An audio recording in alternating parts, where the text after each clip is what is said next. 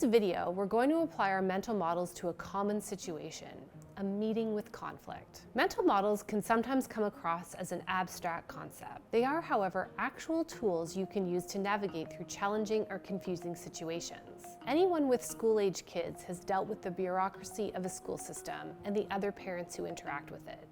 Call it what you will, all school environments usually have some formal interface between parents and the school administration that is aimed at progressing issues and ideas of importance to the school community.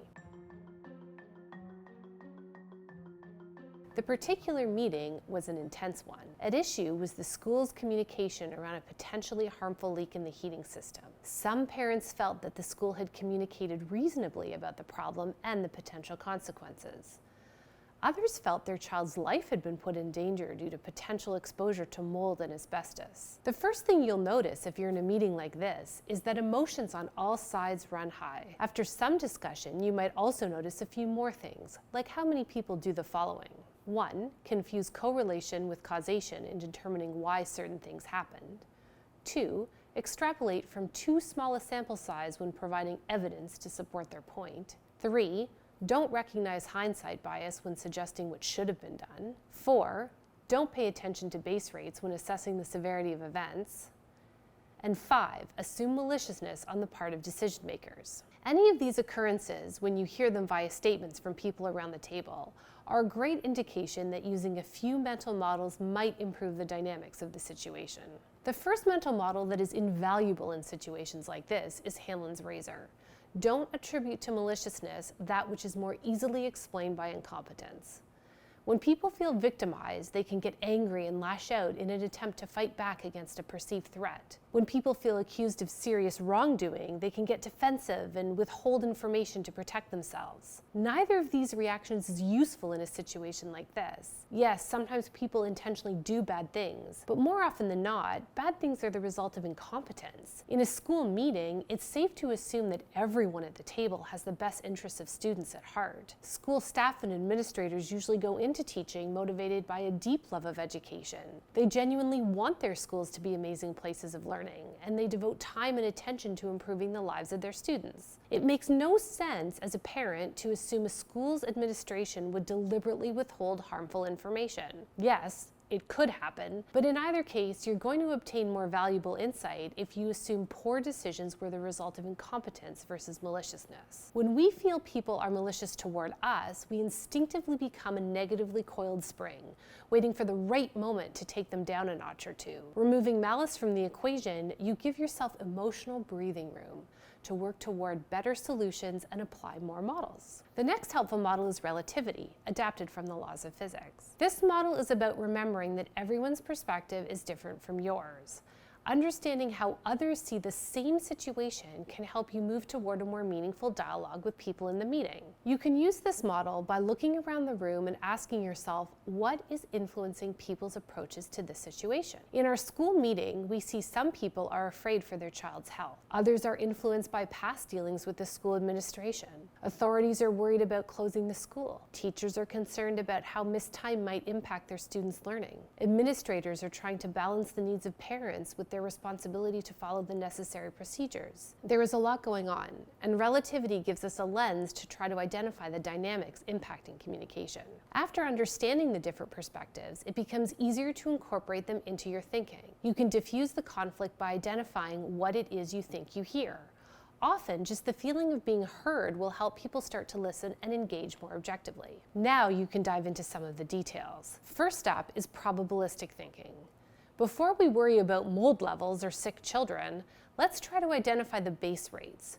What is the mold content in the air outside? How many children are typically absent due to sickness at this time of year? Reminding people that severity has to be evaluated against something in a situation like this can really help diffuse stress and concern.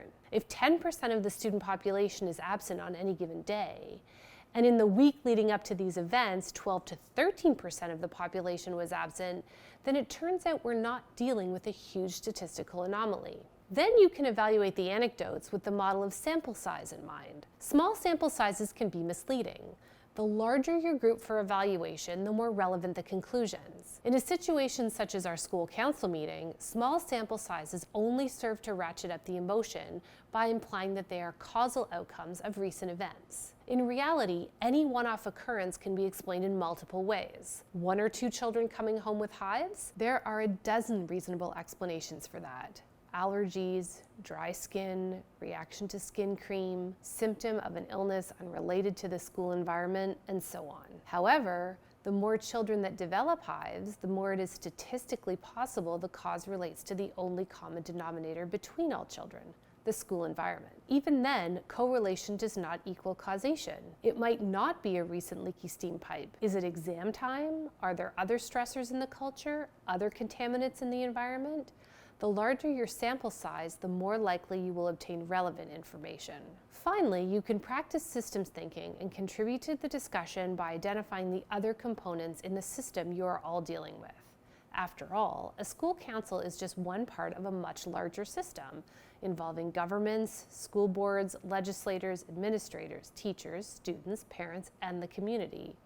When you put your meeting into the bigger context of the entire system, you can identify the feedback loops. Who is responding to what information, and how quickly does their behavior change? When you do this, you can start to suggest some possible steps and solutions to remedy the situation and improve interactions going forward. How is the information flowing? How fast does it move? How much time does each recipient have to adjust before receiving more information?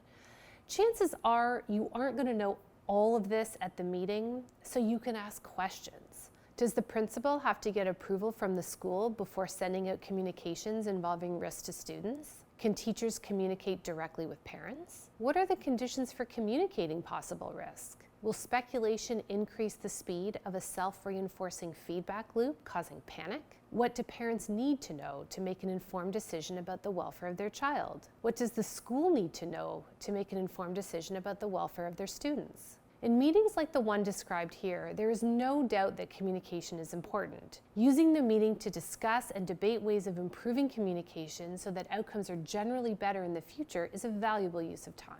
A school meeting is one practical example of how having a latticework of mental models can be useful. Using mental models can help you diffuse some of the emotions that create an unproductive environment. They can also help you bring forward valuable, relevant information to assist the different parties in improving their decision-making process going forward. At the very least, you will walk away from the meeting with a much better understanding of how the world works, and you will have gained some strategies you can implement in the future to leverage this knowledge instead of fighting against it.